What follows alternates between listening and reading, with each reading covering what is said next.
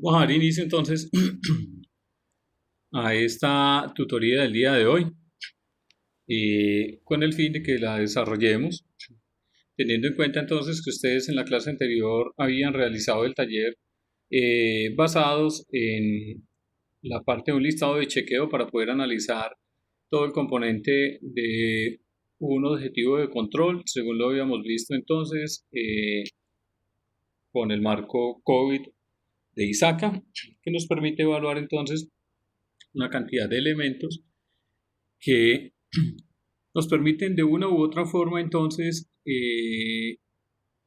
validar los procesos de nuestra compañía, teniendo en cuenta entonces de que ya habíamos realizado una explicación de lo que habíamos realizado y visto con COVID. Entonces, todo lo que tiene que ver con COVID de ISACA y con el componente de ISO 27001, lo que básicamente nos lleva es a validar y a tener presente de que la auditoría de sistemas nos permite entonces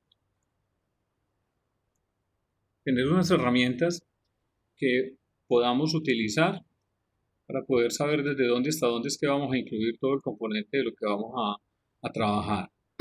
Y también nos permite entonces establecer cuáles son los componentes y elementos que deberíamos tener presentes en el desarrollo de una auditoría. Hay que tener presente entonces varias cosas. Uno es, si usted ha visto, por ejemplo, el módulo que está dentro de la plataforma de la universidad y lo que hoy tiene la universidad, en las 4 unidades que tiene el módulo, básicamente eh, tiene unos componentes que nos permiten o abarca básicamente componentes, yo diría que más operativos y no estratégicos. Por eso es que le hemos tratado de dar un elemento bastante complementario con respecto a todo lo que nos permite realizar y ejecutar una auditoría de sistemas. Entonces, esa auditoría de sistemas básicamente nos va a permitir abordar de lado a lado todo nuestro componente de la auditoría de lo que debemos realizar. ¿Por qué digo que es un componente muy operativo? Porque básicamente lo que usted, si ha leído el módulo que hay en la universidad, digamos que él evalúa más controles internos dentro de un programa, es decir, cuáles son los elementos de entrada, salida, qué componentes eh, se evalúan dentro de un centro de cómputo, pero no le da un enfoque mucho más estratégico. La auditoría debe darle un enfoque más estratégico basado en unos elementos que inclusive en el módulo no contemplan. Esos elementos son básicamente todo lo que tiene que ver con una planeación estratégica de tecnología de información. Es decir, yo debo evaluar desde la parte de gobierno y hasta todo el componente de monitorear y evaluar. Y así como veíamos en la anterior clase, también todo el componente de COVID-5, que básicamente entonces lo único que me establecía era la separación de una parte administrativa y una parte de gobierno corporativo, que según el componente de gobierno, lo que nos permite básicamente es poder mirar con un enfoque totalmente diferente, es decir, separar todo el componente de gobierno con la parte operativa. Y si vemos, por ejemplo, en metodologías como ISO 27002 y como lo es 27001 también, y como lo hace COVID, ese componente nos permite ir a una parte mucho más extensa para poder empezar a evaluar. En el módulo, por ejemplo, no se contemplan componentes como la parte de contratación de servicios, que sí lo contemplan en cualquiera de las dos otras metodologías. Todo el componente de lo que tiene que ver con usuarios de los sistemas de información, todo el componente de lo que tiene que ver con adquirir ese tipo de componentes, de software, hardware, todo el componente legal, que digamos es un componente muy estratégico de toda compañía y en la cual se debería tener presente para poder entrar a evaluarlo. Voy a compartir mi pantalla para que veamos entonces.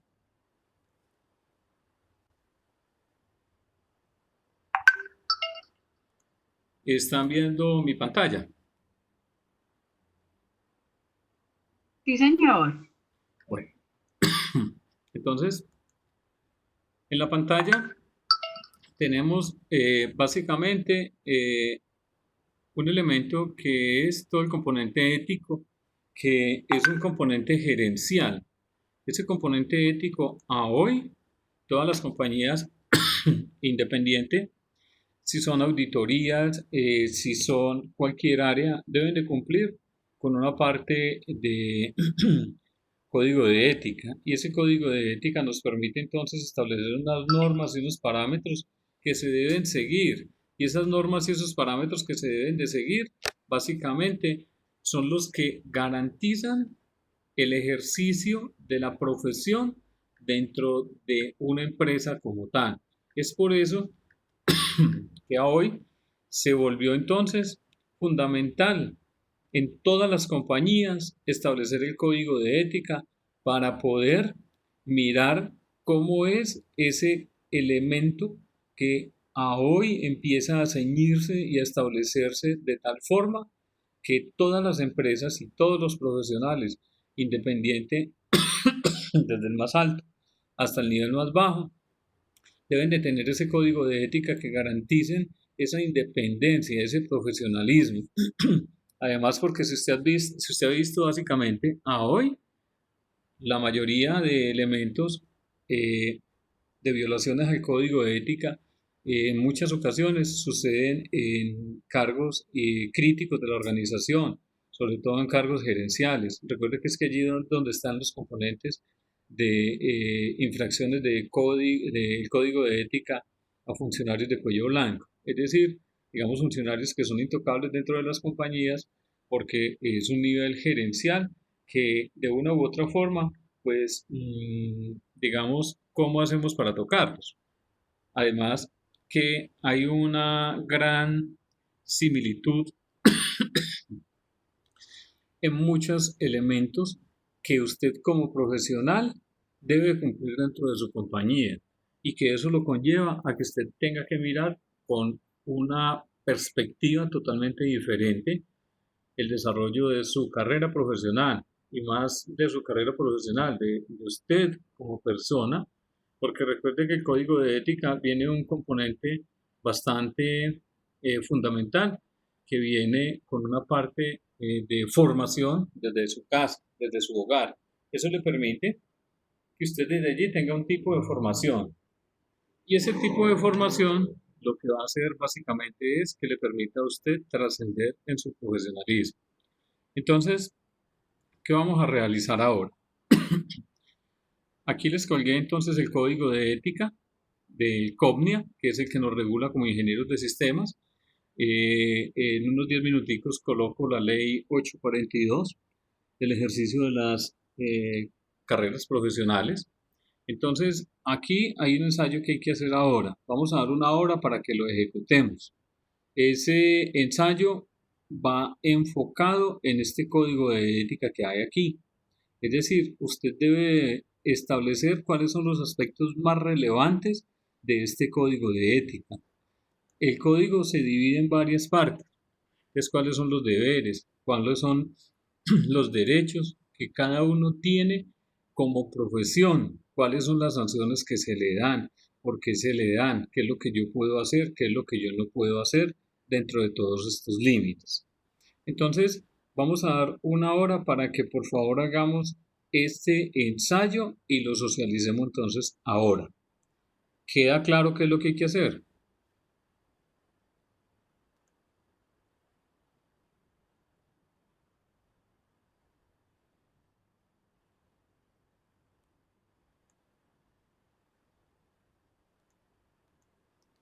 ¿Queda claro qué es lo que hay que hacer?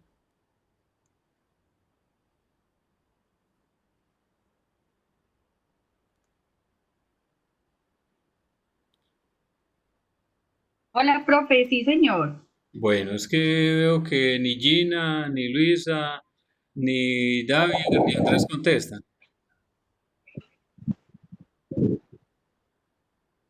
Pues a David sí le aparece ahí como activo, pero yo no sé si es que habla muy pasito, pero no se le escucha.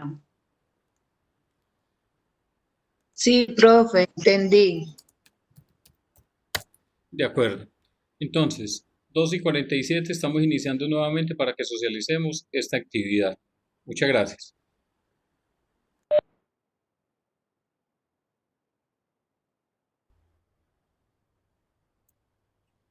Listo, David, le escuchamos.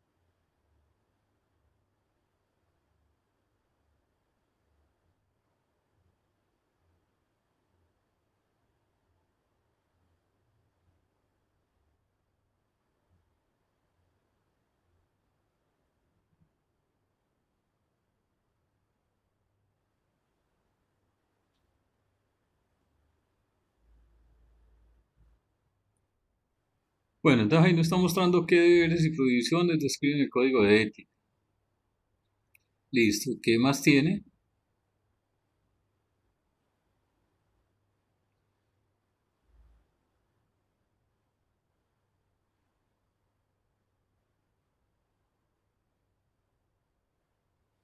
Entonces dice que los deberes son ligados a esta disposición del Consejo Profesional Nacional de Ingeniería y tomar las responsabilidades de los documentos que se nos han encomendado y denunciar los delitos y prohibiciones. Prohíben cualquier tipo de interacción con personas que laboran en la carrera ilegalmente, están involucrados en actividades ilegales y tener malos tratos contra nuestros subalternos. Y en cuanto a la sociedad, nos dice que el Código de Ética también nos describe deberes y prohibiciones relacionados con la sociedad, como lo son los deberes de interesarse por un bien público, cooperar con, otro poquito más abajo.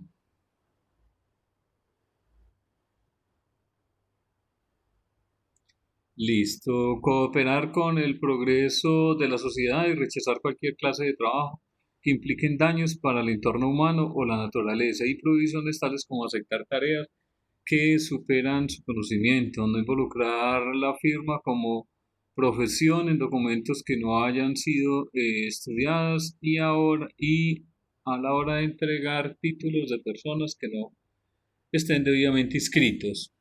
Para la dignidad de las profesiones, se ligan muchos a llevar a la mejor conducta profesional, respetando todas las reglamentaciones y no recibir o ofrecer beneficios con el concepto de obtener índole profesional o encomiendas de trabajo. Listo. ¿Qué más tiene?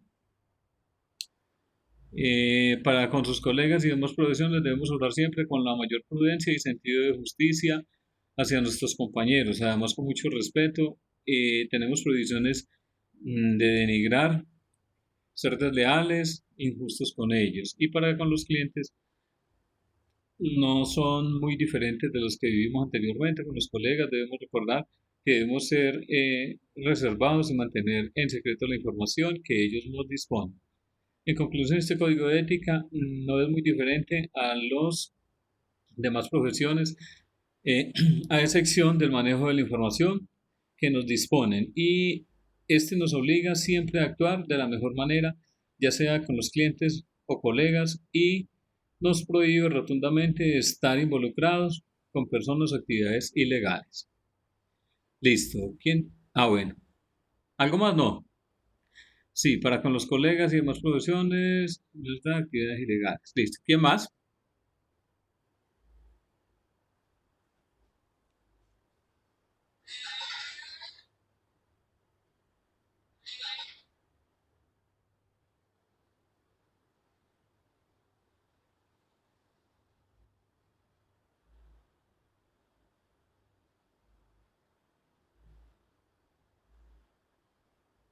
Erika, ¿la escuchamos?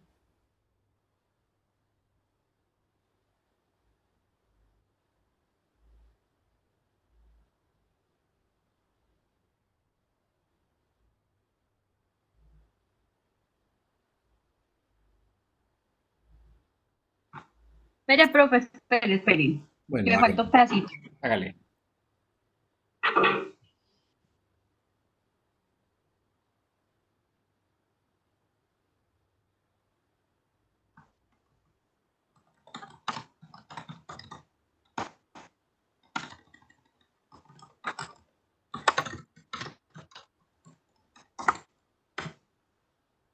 ¿Lo puedo leer hasta donde voy? Sí, claro. Ah, bueno.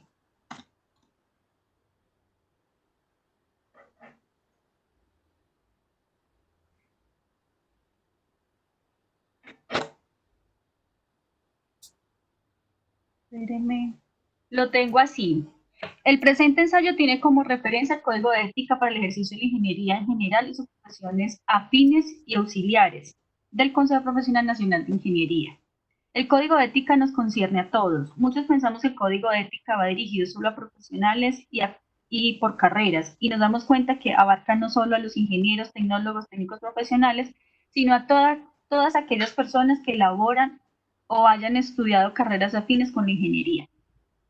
Es por ello la importancia de conocer las conductas, comportamientos, lo que se prohíbe y lo que inhabilita por el no cumplimiento de las normas y no ser legal. A continuación se relacionan las faltas más comunes que se ven en el día a día. Aceptar comisiones en dinero o en especies con tal de conservar el empleo o ganar una licitación. Por hacer un favor a algún conocido, familiar o por intereses políticos, violan algunas reglas como sectores ambientales que están protegidos para permitir la construcción de urbanizaciones o empresas. Cuando firman documentos sin ser elaborados por el mismo profesional, como informes, planos, entre otros, con tal de retener a algún cliente o por algún beneficio económico. Cuando inician alguna obra de construcción sin tener la respectiva autorización o licencia. Cuando se está licitando de manera ilegal, se consiguen las propuestas de otros participantes y realizan cambios o ajustes por el objetivo de quedarse con el proyecto. Hasta ahí voy. Ok, ¿quién más nos quiere hablar?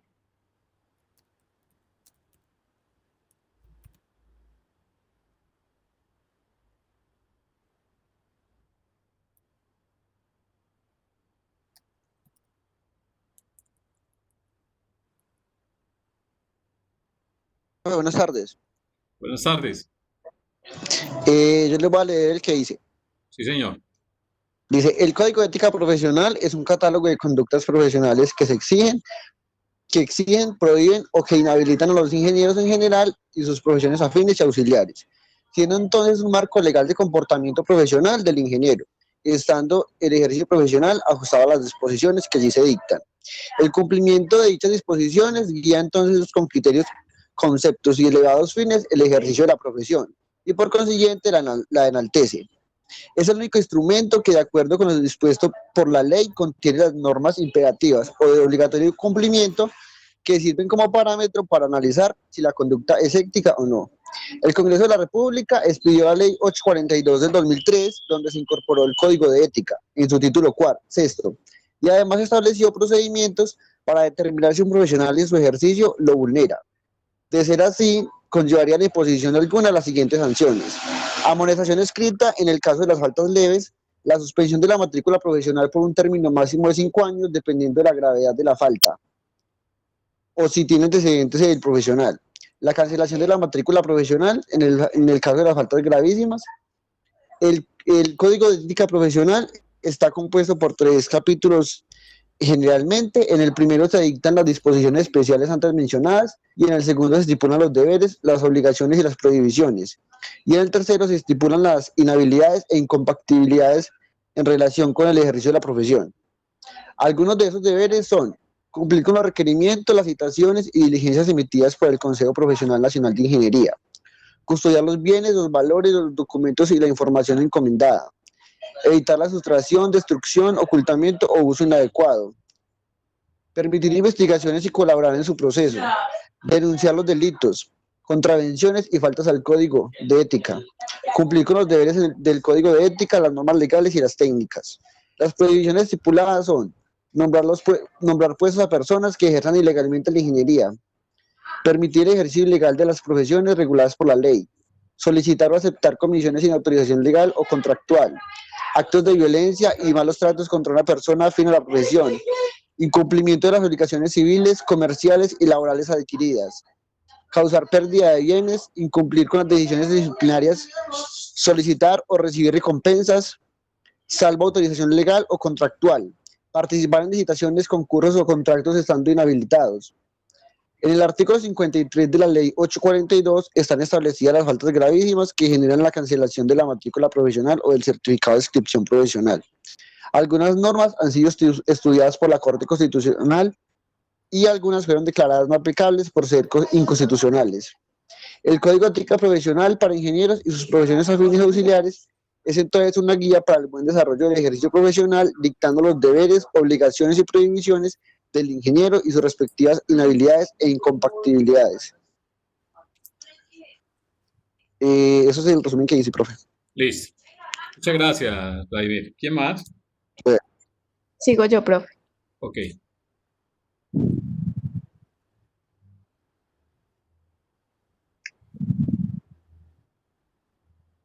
Bueno, les leo. La Ley 842 del 9 de octubre del 2003 entró en vigencia en Colombia desde el 14 de octubre del año 2003. Contiene toda la reglamentación para el ejercicio de la profesión de ingeniería y sus profesiones afines y auxiliares y constituye el actual Código de Ética Profesional del Ingeniero. En esta ley define la ingeniería como toda aplicación de las ciencias físicas, químicas y matemáticas, de la técnica industrial y en general del ingenio humano a la utilización e invención sobre la materia. En este ensayo defino la ética como la disciplina que estudia el comportamiento de las personas y cómo sus acciones tienen un efecto en la sociedad. Para su análisis presenta varias ramas de estudio según el entorno, ya sea personal, social o profesional. La ética personal se enfoca en las acciones que afectan a la persona. La ética social estudia las acciones que tienen efecto en la sociedad. Y finalmente, la ética profesional se basa en estudiar y juzgar el ejercicio profesional. El estudio de estas ramas permite aproximarse conceptualmente al comportamiento y responsabilidad que debería tener cada persona al momento de interactuar en la sociedad desde cualquier ámbito, para así tener un entorno propicio y seguro. De acuerdo a esta necesidad social, se establecen las normas, leyes y códigos que rigen el entorno donde se desarrolla la persona, sin perder de vista las costumbres y la cultura. En este sentido, es necesario mencionar que el ejercicio profesional se rige por códigos de ética y leyes que el gobierno dictamina para cada una de las profesiones que el Estado considera que deben ser reguladas. Adicionalmente, los profesionales son vigilados e inspeccionados por consejos nacionales profesionales que se encargan de hacer cumplir los códigos de ética en las profesiones a cargo. Son muchas las profesiones que se ejercen, pero la ingeniería es una rama que se está aumentando considerablemente y que tiene un impacto directo en la sociedad al momento de ejercer la profesión. En los deberes generales, los ingenieros deben cumplir con lo solicitado o ordenado por el Consejo Profesional Nacional de Ingeniería. Se debe realizar las denuncias de los delitos o falta contra lo que se haya establecido en el Código de Ética. Los ingenieros deben entregar todas las pruebas en las que se establezca hubo falta o violación contra este código. En las prohibiciones, los ingenieros no deben aceptar comisiones en dinero o en especie por concepto de adquisición de bienes y servicios para su cliente. No deben solicitar o recibir directamente o por interpuesta persona gratificaciones o recompensas en razón del ejercicio de su profesión, salvo de que éste haya generado una autorización legal. Los ingenieros no deben dañar o causar pérdida de equipos de manera intencional sobre herramientas que hayan llegado a su poder por razones de ejercicio de su profesión. Los deberes con la sociedad. Los ingenieros deben rechazar toda clase de daños evitables para el entorno humano y la naturaleza, tanto en el entorno externo como interno. No deben ofrecer de manera desinteresada sus servicios profesionales en caso de calamidad, a no ser de que esta sea por calamidad pública. Prohibiciones especiales a los profesionales respecto de la sociedad. Se prohíbe iniciar el inicio de obras de construcción sin haber obtenido la autoridad competente y la respectiva licencia. No deben ofrecer o aceptar trabajos en contra de las disposiciones legales vigentes o aceptar tareas que excedan las políticas que otorga su título y su propia preparación. Los deberes de los profesionales con sus colegas y las demás profesiones. En este artículo, todo ingeniero debe ser prudente y abstenerse de cualquier clase de juicios contra sus demás colegas. No deben divulgar errores profesionales que los demás hayan realizado, a no ser de que éste sea por interés general. También se habla de que se debe realizar pagos u honorarios de forma justa y adecuada a los colegas, dando importancia a su profesión. Las prohibiciones a los profesionales respecto de sus colegas y demás profesionales. En este se prohíbe a todo ingeniero difamar a sus colegas, perjudicando así su reputación. No se debe usar proyectos que no sean de su autoría, a no ser de que se solicite una autorización previa con el autor. También se prohíbe la designación de cargos profesionales a personal no competente o que no cuenten con estos títulos profesionales. Régimen de inhabilidades e incompatibilidades que afectan el ejercicio. Los ingenieros no deben intervenir como peritos, no deben trabajar en una misma actividad en una o más empresas. Y las faltas gravísimas: no se debe realizar ningún tipo de fraude, no debe obstaculizar en forma grave las investigaciones que realice el Consejo Profesional de Ingeniería respectivo, y no se debe incurrir en delitos que atenten contra sus clientes, colegas o autoridades de la República, siempre y cuando la conducta comprenda el ejercicio de la ingeniería o de alguna de sus profesiones auxiliares.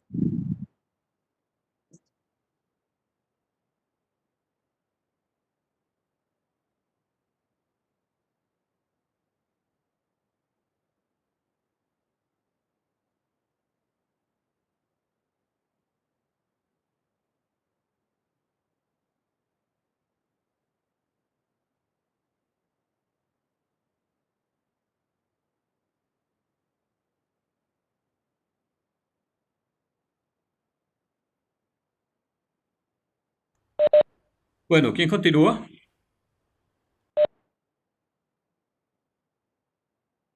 Profe, yo voy a leer lo que hice. Sí. Eh, los aspectos más relevantes del Código de Ética para los ingenieros. Es uno de los criterios y conceptos que son únicos como una virtud en la ley, que contiene normas imperativas y obligatorias, un cumplimiento que sirve para parámetros para poder analizar una conducta profesional. Podemos decir que el Congreso de la República propuso la Ley 842 del 2013 con su título 6 como el Código de Ética Profesional. Hay códigos que pueden causar diferentes tipos de violación al Código de Ética Profesiones, donde hay algunas sanciones. Suspensión de la matrícula profesional por un término máximo de 5 años, dependiendo de la gravedad de la falta y de si el profesional tiene o no antecedentes disciplinarios.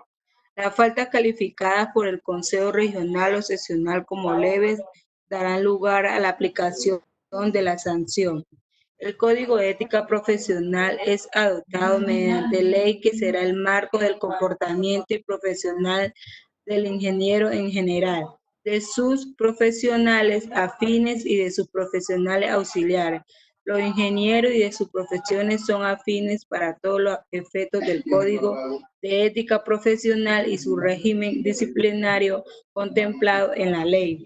Los ingenieros son aplicados en la ciencia física, química y matemática, de la técnica industrial y general al nivel profesional que tiene cada ingeniero de obtener un certificado profesional. También hay los títulos académicos de posgrado que todo ingeniero profesional debe obtener para poder ser un profesional en todos los aspectos del Código de Ética para los ingenieros.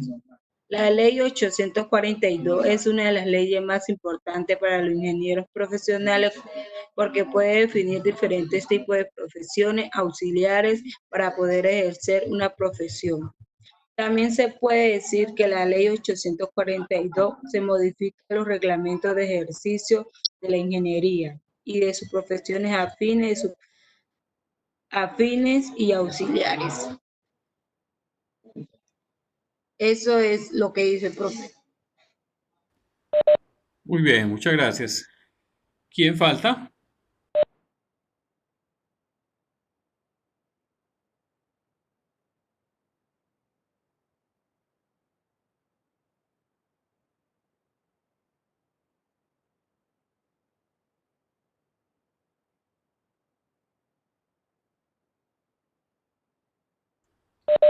¿No hay nadie pendiente entonces? Listo, Andrés.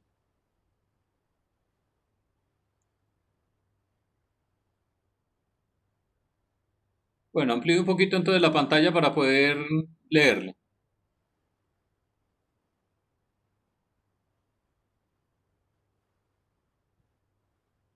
Listo. Entonces habla que el código de ética aborda de manera muy completa y concreta la profesión de ingeniería en el país.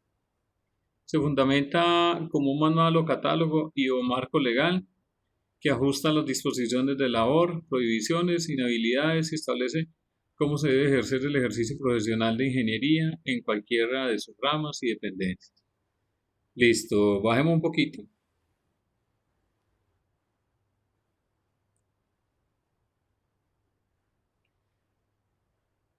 Listo.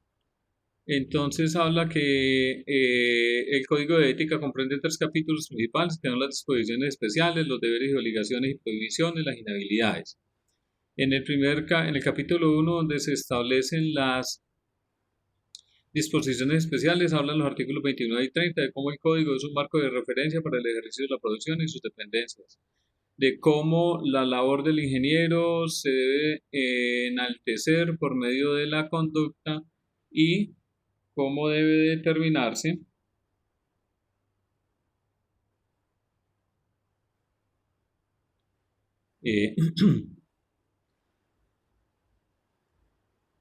y cómo debe de enaltecer por medio de la conducta y cómo se debe de denominar las personas que ejercen la labor y sus afines, tal como las profesiones. El capítulo 2 habla sobre los deberes y las obligaciones y prohibiciones de manera general. Se refiere como de la manera que deben de cumplir los requerimientos del cumplimiento de la salvaguarda de los bienes, documentos e información para garantizar así que ésta no sea sustraída o destruida. Y también explica cómo se aplican los deberes que se deben tener frente al Consejo Nacional y cómo se debe prestar la debida colaboración ante la investigación cuando el Consejo así lo necesite.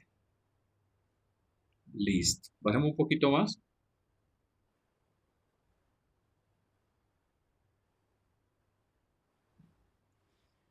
Establece también las consecuencias del incumplimiento de las decisiones disciplinarias del Consejo y las acciones que se toman en caso de incurrir en la aceptación de participar en licitaciones o contratos que atenten contra la labor. Se mencionan algunas normas a cumplir en caso de que el Consejo lo requiera, tales como son rechazar trabajos que impliquen daños al entorno humano y la naturaleza, proteger la vida y la salud de los miembros de la comunidad, ofrecer los servicios de manera desinteresada en caso de calamidad pública, establecer que no se pueden ofrecer o aceptar trabajos que vayan en contra de las disposiciones legales, así como no usar su nombre o imagen con personas que ejerzan de manera ilegal la profesión. En el Código de Ética Profesional se exalta de manera constante el enaltecer y dejar en excelente imagen el prestigio de la profesión, así como se prohíbe emitir juicios en contra de los colegas por errores en los que haya incurrido de manera profesional. Determinar también la correcta disposición de salarios y remuneraciones acordes a la labor desempeñada y sus capacidades. La limitación al uso de estudios, cálculos, software de otros profesionales y establecer que en caso de tener que usar dichos elementos, dar aviso al correspondiente autor. También establece de manera puntual el no uso de métodos de competencia desleal con los demás colegas, así como no revisar trabajos de otros profesionales sin su previo consentimiento. Como deberes también se designa el mantener en secreto la información de clientes y los trabajos que realizan, a menos que ésta sea solicitada por el Consejo Nacional como obligación legal. Designa los principios que deben tener los profesionales, como son la honestidad y la pulcritud, así como actuar de manera imparcial. Este capítulo 3 establece las faltas graves con las que no se debe incurrir como profesional, el obstaculizar las investigaciones que realice el Consejo, así como el abandono de los cargos o compromisos profesionales, la utilización fraudulenta de la información de colegas, el concurso en concursos o contratos y así como cualquier violación gravísima según el criterio del Consejo Nacional. En conclusión, el Código de Ética Profesional COPNIA es una base muy sólida y bien establecida, dado que no solo garantiza el correcto cumplimiento del ejercicio de la labor como profesionales de ingeniería, sino también los principios como personas que deben hacer su honor a la labor.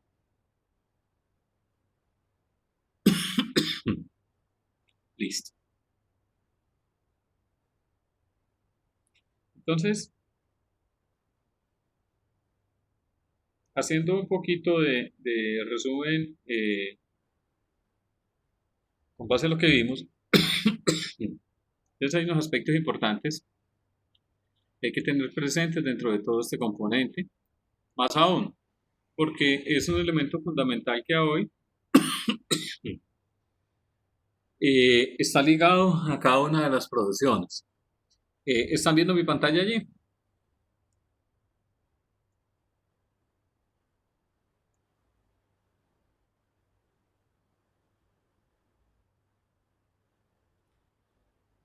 ¿Están viendo mi pantalla? Bueno, entonces, como usted ve, ahí en la pantalla están en estos momentos cuáles son las sanciones vigentes que tiene el COPNIA. Entonces, si usted ve, la mayoría son ingenieros civiles, pero no solamente ingenieros civiles. En la página número 2, entonces están ingenieros agroforestales y hay técnicos en construcción. Entonces, mire que hay muchos elementos que son suspensión, me dice la fecha de inicio de la sanción y cuándo termina. Este señor forestal lo sancionaron desde mayo 10 del 2019 y va hasta el 10 de noviembre del 2020. Es decir, que durante ese tiempo él no podrá ejercer este tipo de profesión. Después de eso, deberá entonces continuar con la respectiva autorización. El técnico va desde el 17 de septiembre del 2018 hasta el 17 de septiembre del 2020. Y casi la mayoría que usted ve aquí son ingenieros civiles. Suspensión, cancelación, ¿sí? Cuando hablan de cancelación, están hablando de la cancelación entonces de la tarjeta profesional o de ese tipo de profesión, porque recuerde que como mínimo debieron de haber evidenciado de que era una falta grave de eso, ¿sí?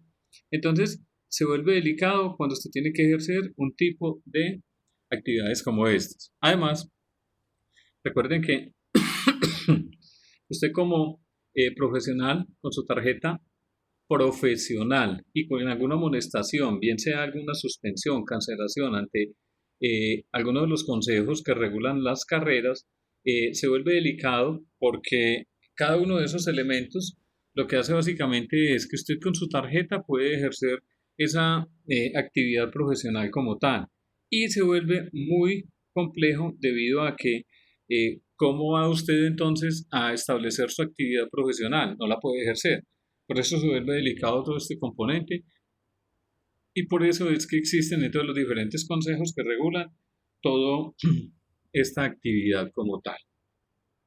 Entonces, estos datos son públicos, estos que usted ve aquí, el nombre de la persona, el número del documento y pues básicamente lo que hace cuando usted le da clic es que le muestra pues los datos como tal, el número del documento, el número de la matrícula profesional, la profesión, el tipo de sanción, en qué departamento, desde qué fecha, hasta qué fecha incurre entonces en esta sanción.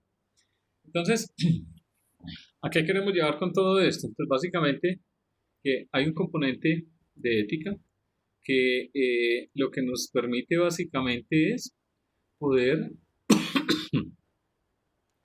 evidenciar cada una de las actividades que debemos desarrollar, cada una de las compañías o de las empresas que hoy ejercen estos elementos de control en sus empresas, lo que tienen son unos parámetros establecidos para poder que el código de ética cumpla con las características que debe cumplir. Me explico.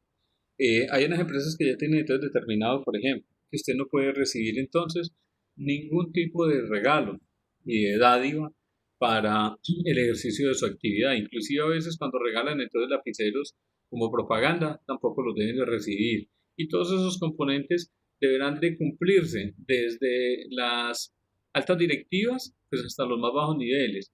Eso garantiza entonces que se esté cumpliendo con toda la capacidad que se tiene de componente ético y profesional en las empresas. A hoy cada vez eso se vuelve más delicado y más complejo. No sé si de pronto hay alguna pregunta hasta allí.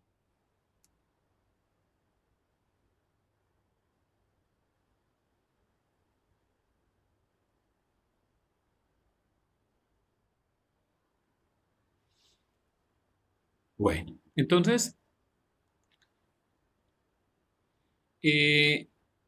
aquí en la plataforma está el componente de ISO 19011.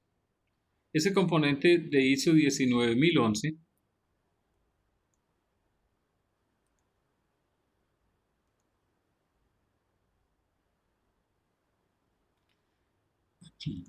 ¿están viendo mi pantalla allí?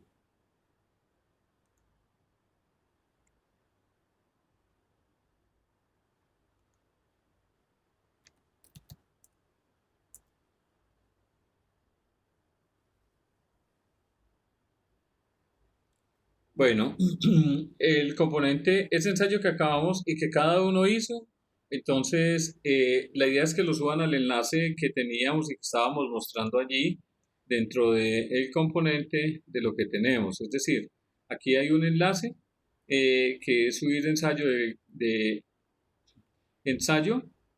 del código de ética. Entonces, ahí en ese link vamos a subir, por favor, ese ensayo que ustedes acabaron de mostrar ahora. Listo. Entonces, esta norma técnica colombiana 19011 es del 2002, ya hay una del 2018, pero vamos a ir a abordar tres componentes necesarios dentro de esto. Esta norma me da las directrices para la auditoría de los sistemas de gestión. Aquí se enfoca en la calidad bioambiental, pero cumple para cualquier tipo de sistema de gestión. Y esas directrices básicamente establecen cuáles son los componentes que se deben tener en cuenta para el desarrollo de la profesión y que se pueda ejercer. Ese componente entonces tiene básicamente 7 numerales, de los cuales arranca con un componente de conceptos como los siguientes. Entonces me dice, vea, hay unos términos y definiciones. Entonces me dice, vea, ¿qué es la auditoría? Dice que es un proceso sistemático, independiente y documentado para poder obtener evidencia de la auditoría y evaluarlas de manera objetiva con el fin de determinar la extensión en que se cumplen los criterios de la auditoría. Entonces me dice que aquí hay un componente muy claro que nos habla sobre un proceso sistemático.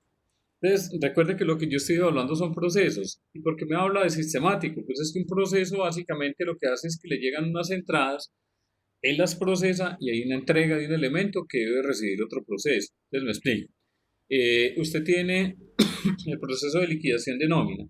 Ese proceso de liquidación de nómina lo único que hace básicamente es que recibir todas las entradas que tienen que ver con la parte de las novedades del personal, quién está incapacitado, a quién hay que pagarle antigüedad, a quién hay que pagarle tiempo extra, a quién hay que pagarle festivos, etcétera. El sistema lo que hace es liquidar la nómina y le entregará entonces a la contabilidad todos los componentes necesarios para que queden registrados y distribuidos en mi contabilidad. Entregará al departamento de tesorería o a los que pagan todo el componente para poder que ellos puedan distribuir y entregar y consignar el dinero. Y al mismo proceso, porque le debe quedar un componente que le permita garantizar que esos elementos de liquidación de nómina me permitan más hacia adelante realizar una liquidación posterior de vacaciones, de primas, etc.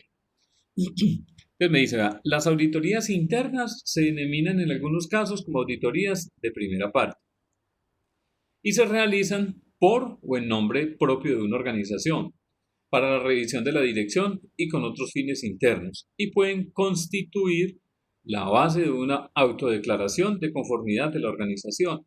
¿Qué es lo que hacen las auditorías de primera parte? Es entonces revisar los procesos y por eso aquí habla de una autodeclaración. Es decir, la misma empresa tiene personal independiente del proceso que se revisa para poder generar un adecuado concepto de qué y cómo está funcionando ese proceso. Es cuando se realiza básicamente esa auditoría a ese tipo de proceso, entonces lo que se hace básicamente es decir si cumple o no cumple. Y si cumple, pues listo, no hay ningún problema. Ahora, en no cumplir, obedece que tengan que generarse unos planes de acción que le garanticen continuidad al proceso. En muchos casos, particularmente en las organizaciones pequeñas, la independencia puede demostrarse al estar libre el auditor de responsabilidades en la actividad que se va a auditar. El auditor debe ser independiente, es decir, no debe de estar involucrado dentro del proceso, porque eso le daría entonces un carácter de sesgo en la ejecución de esa actividad. Es decir, si en un proceso que participa la auditoría se va a realizar una auditoría, no es objetivo porque no hay una independencia, porque ahí estoy siendo juez y parte dentro del proceso. Las auditorías externas incluyen lo que se denomina generalmente auditorías de segunda y tercera parte. Las auditorías de segunda parte se llevan a cabo por partes que tienen un interés en la organización, tales como cuáles, clientes, y por otras personas en su nombre. Las auditorías de tercera parte se llevan a cabo por las organizaciones o auditorías independientes y externas, tales como aquellas que proporcionen el registro o la certificación de conformidad de acuerdo con los requisitos de la norma ISO y las que requieran. Entonces, pregunto, ¿la Contraloría General de la República puede realizar auditorías y esas auditorías, digamos, a cualquier tipo de empresa serán auditorías de qué? ¿Primera, segunda o tercera parte?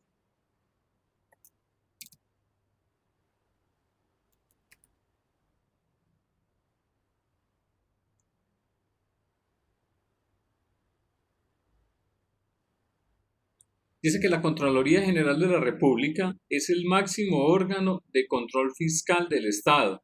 Como tal, tiene la misión de procurar el buen uso de los recursos y bienes públicos y contribuir a la modernización del Estado mediante acciones de mejoramiento continuo en las distintas entidades públicas.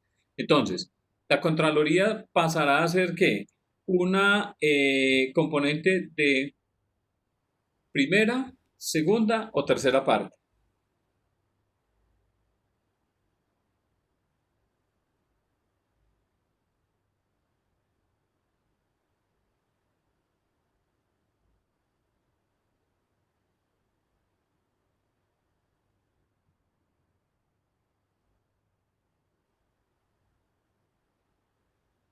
Les escucho.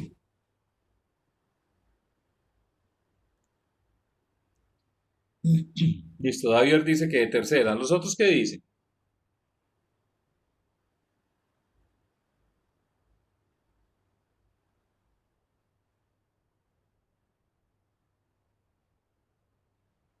Yo digo que también que es de tercera. Listo, ¿qué más?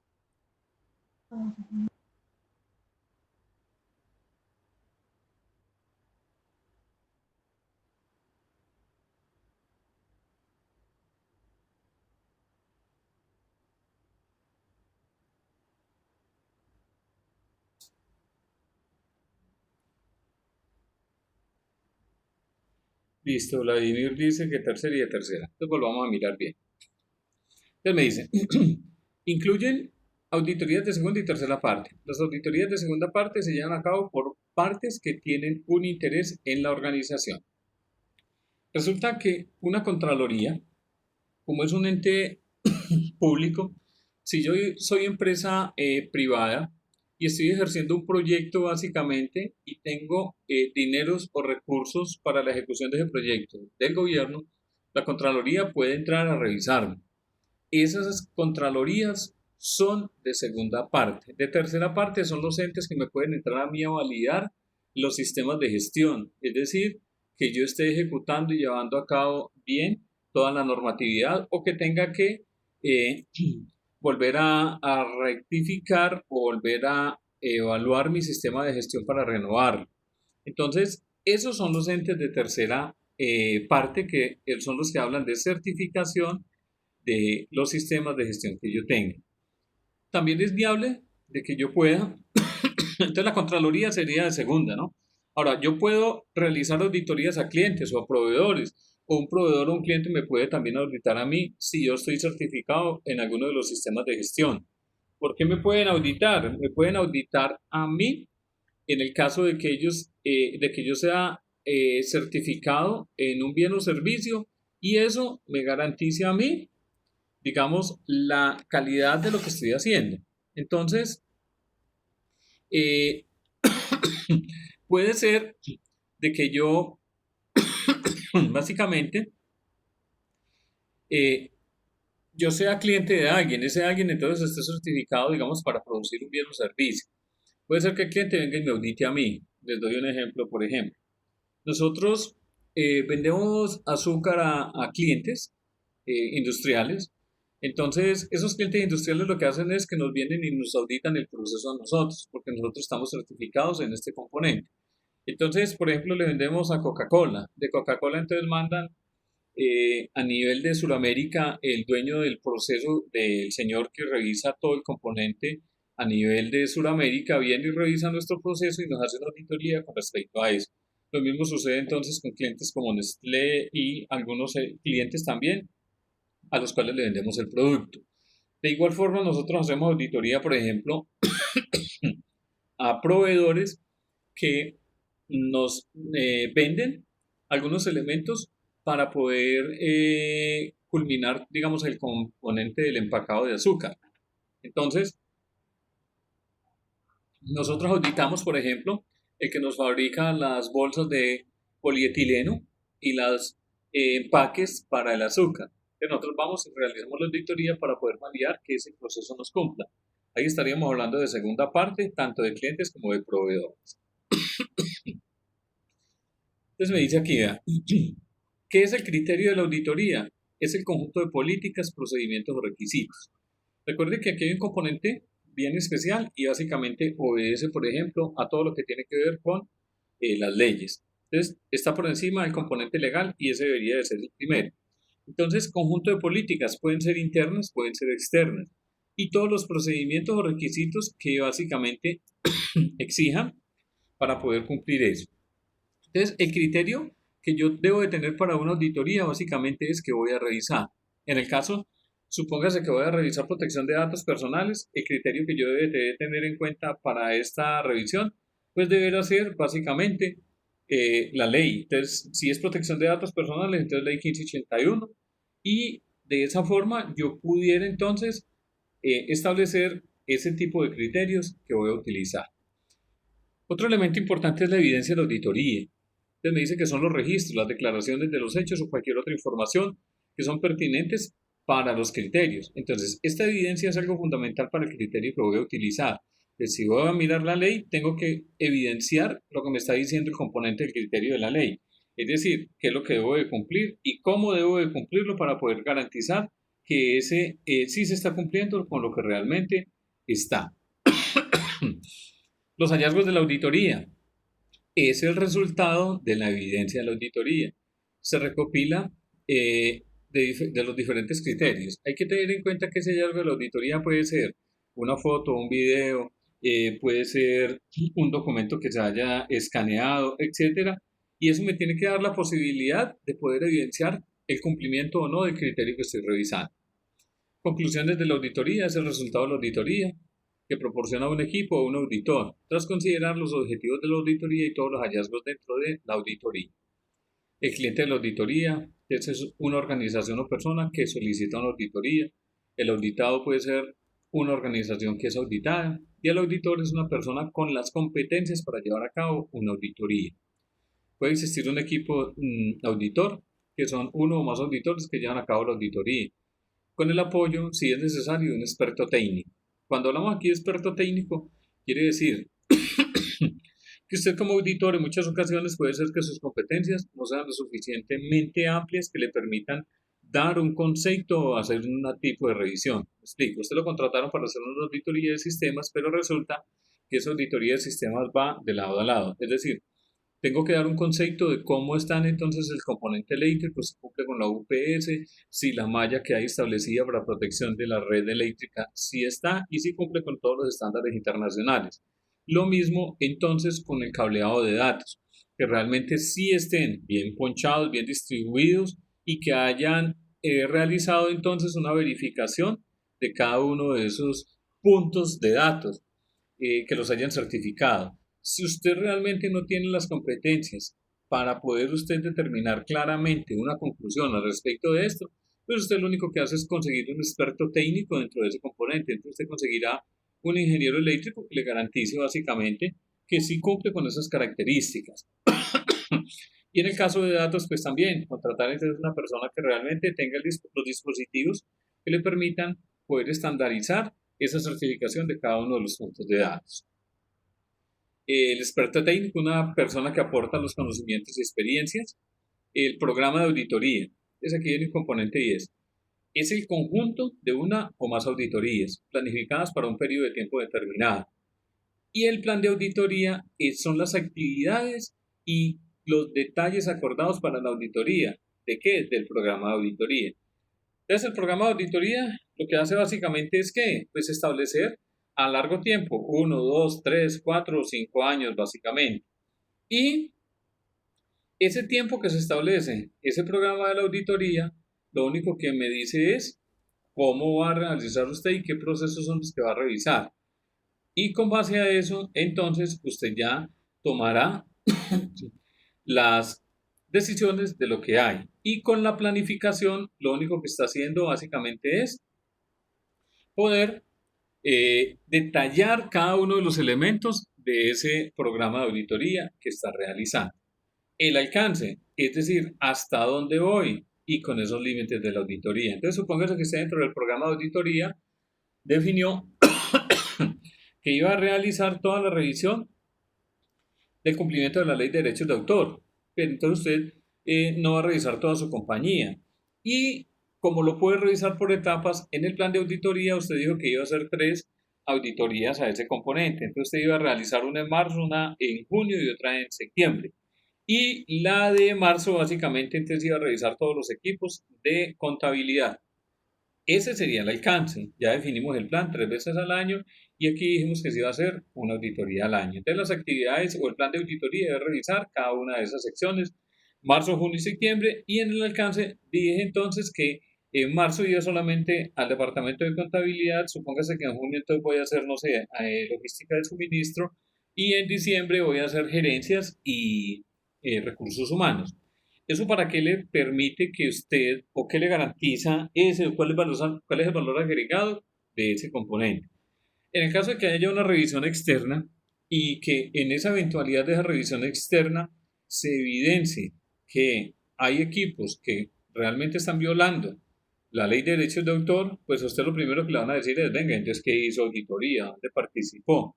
El único componente que usted tiene para poder evidenciar que realmente usted sí la realizó, pero que en su alcance usted determinó que se iba a realizar era la revisión de contabilidad, ese es el alcance dentro del plan y el programa de auditoría.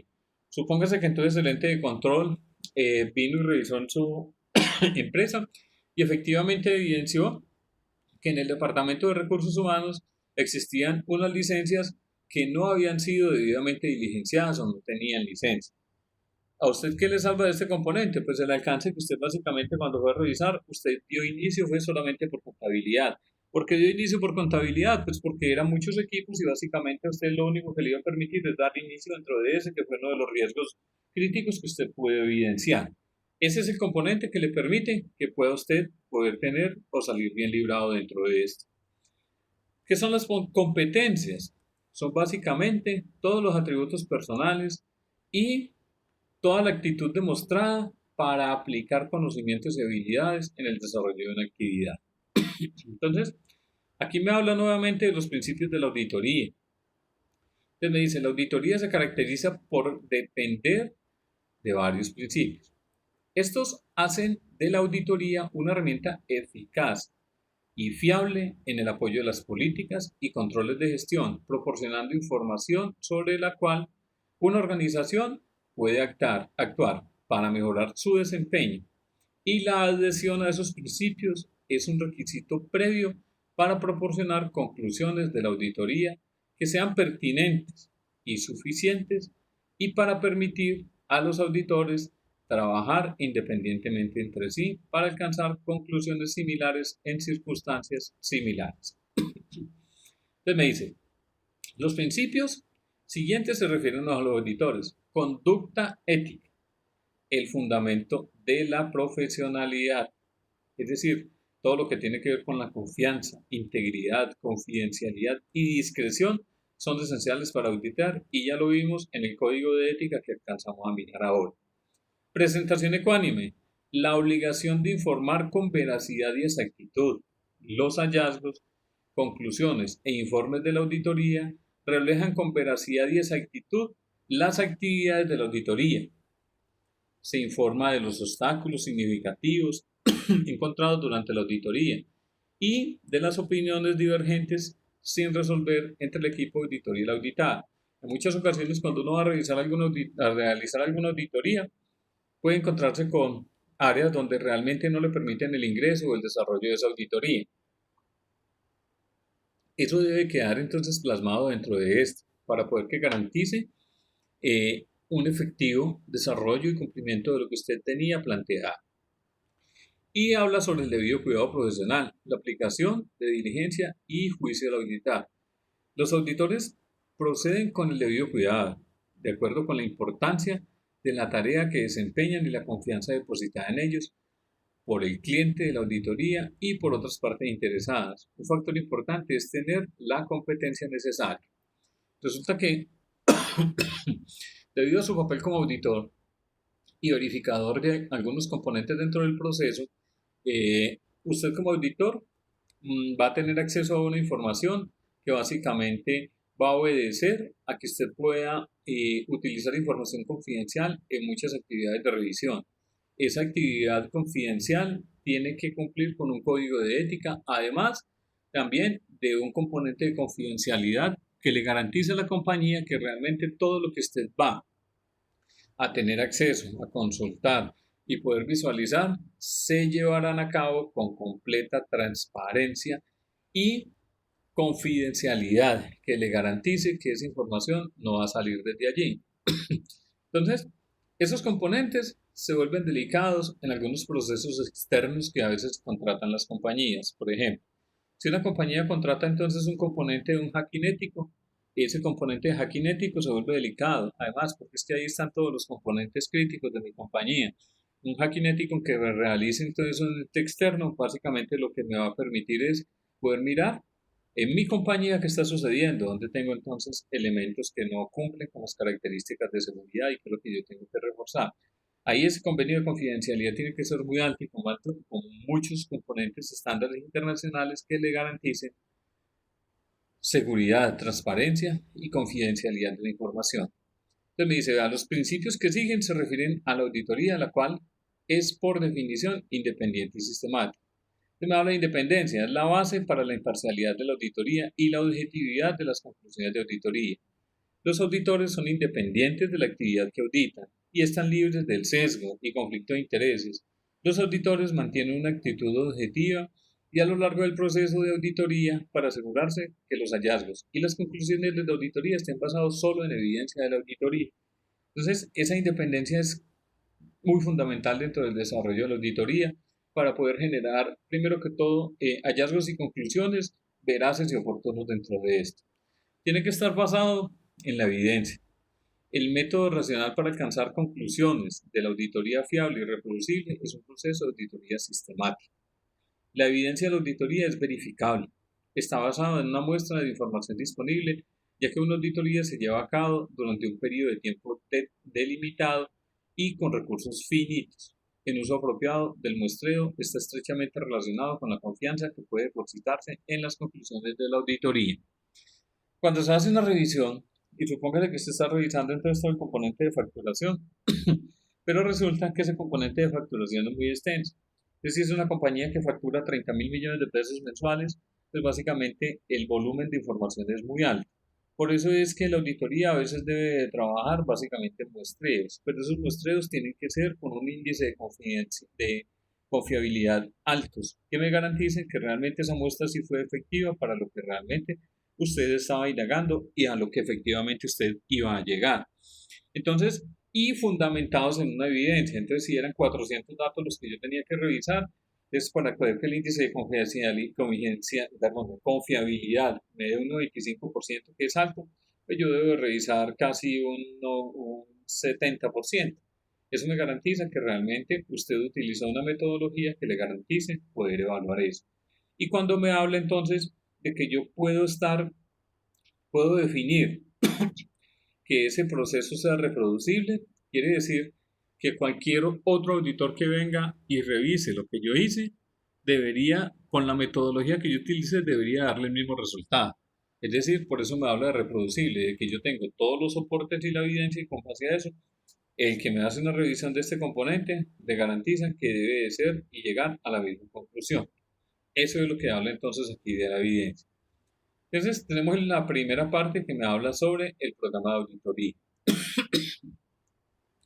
Este programa de auditoría tiene un componente y me establece que el programa debe incluir una o más auditorías, dependiendo del tamaño de la compañía, la naturaleza y la complejidad de la organización que va a ser auditada. Estas auditorías pueden tener diversos objetivos, pueden incluir auditorías combinadas o conjuntas. Es decir, yo puedo tener entonces una auditoría de sistemas de gestión, puedo tener de calidad, una auditoría ambiental y una auditoría al sistema de gestión de seguridad de la información. Son 3 tipos de auditorías diferentes, pero se pueden hacer conjuntas o combinadas para poder, digamos, ayudar a que la utilización del profesionalismo que hay allí, pues me permita hacerlo de una forma mucho más, digamos, yo lo llamaría como una forma mucho más corta en algunos procesos, porque en estos sistemas de gestión, digamos, todo el componente documental se podría auditar en una sola línea para los 3 sistemas. Hay elementos que sí son diferentes para cada una de las compañías y sí tendrán que hacerse de forma independiente. Una organización puede establecer más de un programa de auditoría.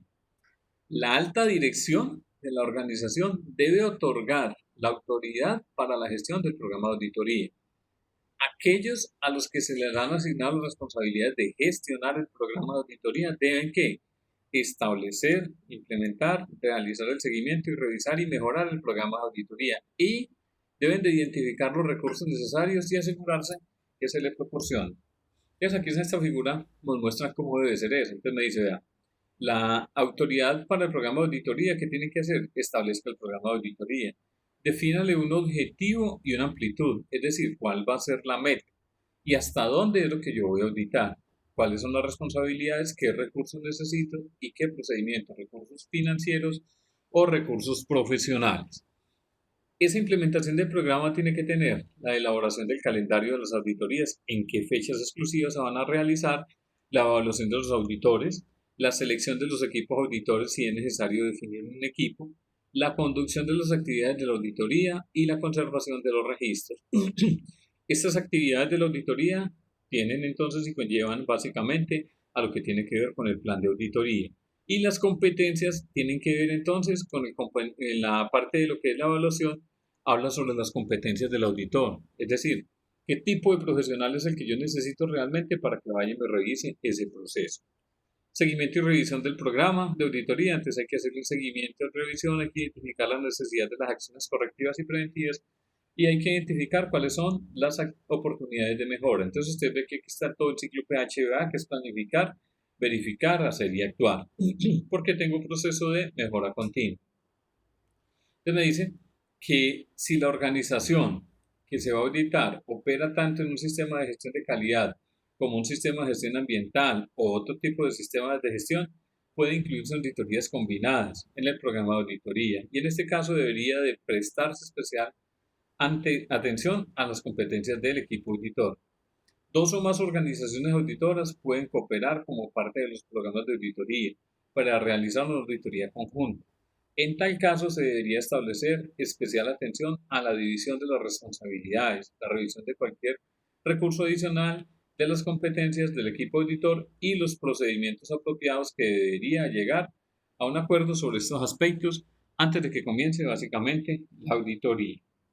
Entonces, me dice, vea, un ejemplo de un programa de auditoría.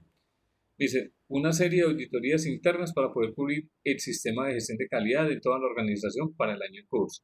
Las auditorías de segunda parte del sistema de gestión de los proveedores potenciales de productos críticos que se van a realizar en un periodo de 6 meses. Las auditorías para otorgar y mantener la certificación o el registro, llevadas a cabo por un organismo de certificación. Un registro de terceras partes sobre un sistema de gestión ambiental dentro de un periodo de tiempo acordado contractualmente entre el organismo de certificación y el cliente.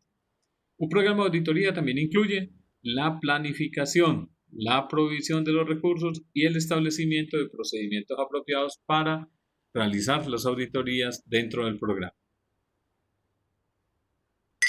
Me dice, ¿cuáles son los objetivos para poder definir esa amplitud? Entonces me dice, estos objetivos se pueden basar en ¿qué? Primero, unas prioridades de la dirección, es decir, la parte del CEO, toda la parte gerencial puede definir una prioridad de algunos procesos a auditar, porque tienen la potestad de poder definirlo de esa forma. Puede ser que la auditoría se haga por propósitos comerciales, es decir, que haya necesidad de corregir algunos componentes que básicamente no están funcionando y que eso obedezca a que se tenga que ejecutar una auditoría. Requisitos del sistema. Estos requisitos del sistema, por lo general, de cualquier sistema de gestión, siempre se establecen con qué periodicidad se deben de revisar. Requisitos legales, leyes, reglamentos y contractuales, necesidades para evaluar proveedores, requisitos del cliente, necesidades de otras partes interesadas y el riesgo para la organización. El ejemplo de un objetivo de programa de auditoría que me dice, va a cumplir con los requerimientos para la certificación de conformidad con una norma del sistema de gestión, verificar la conformidad con los requisitos contractuales, obtener y mantener la confianza en la capacidad de un proveedor y contribuir a la mejora del sistema de gestión. Quiere decir que, por ejemplo, si estoy auditando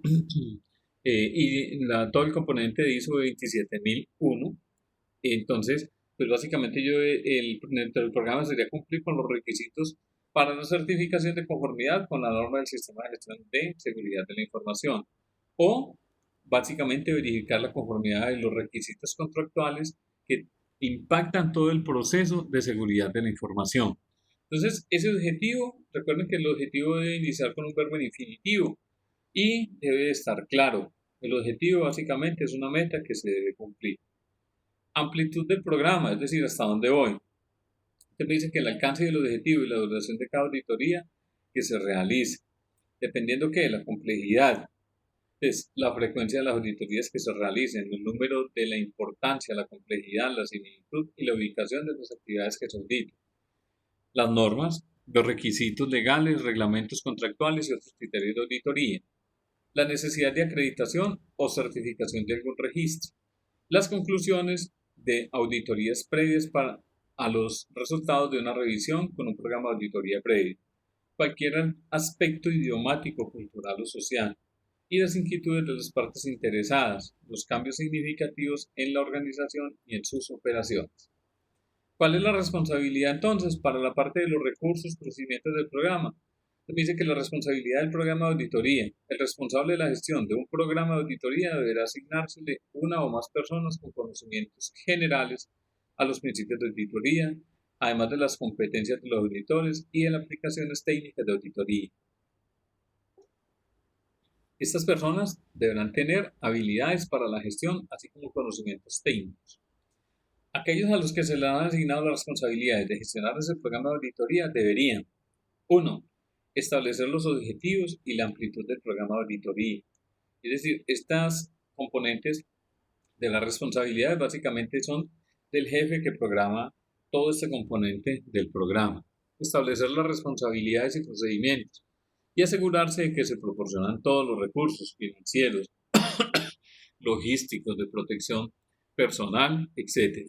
Asegurarse de la implementación del programa de auditoría, asegurarse de que se mantienen los registros pertinentes al programa de auditoría y realizar el seguimiento y revisar la mejora del programa de auditoría. Recursos. Hay que establecer entonces recursos financieros necesarios para desarrollar, implementar y dirigir la mejor actividad de la auditoría. Quiere decir, si el auditor se tiene que desplazar entonces a otra ciudad, esos recursos tienen que estar disponibles. Si la empresa entonces tiene varias sedes. Tienen que tener entonces como recurso cuáles son las técnicas de auditoría que vamos a evaluar, es decir, cuáles son las leyes, procedimientos que vamos a tener en cuenta. Los procesos para alcanzar y mantener la competencia de los auditores y para mejorar su desempeño.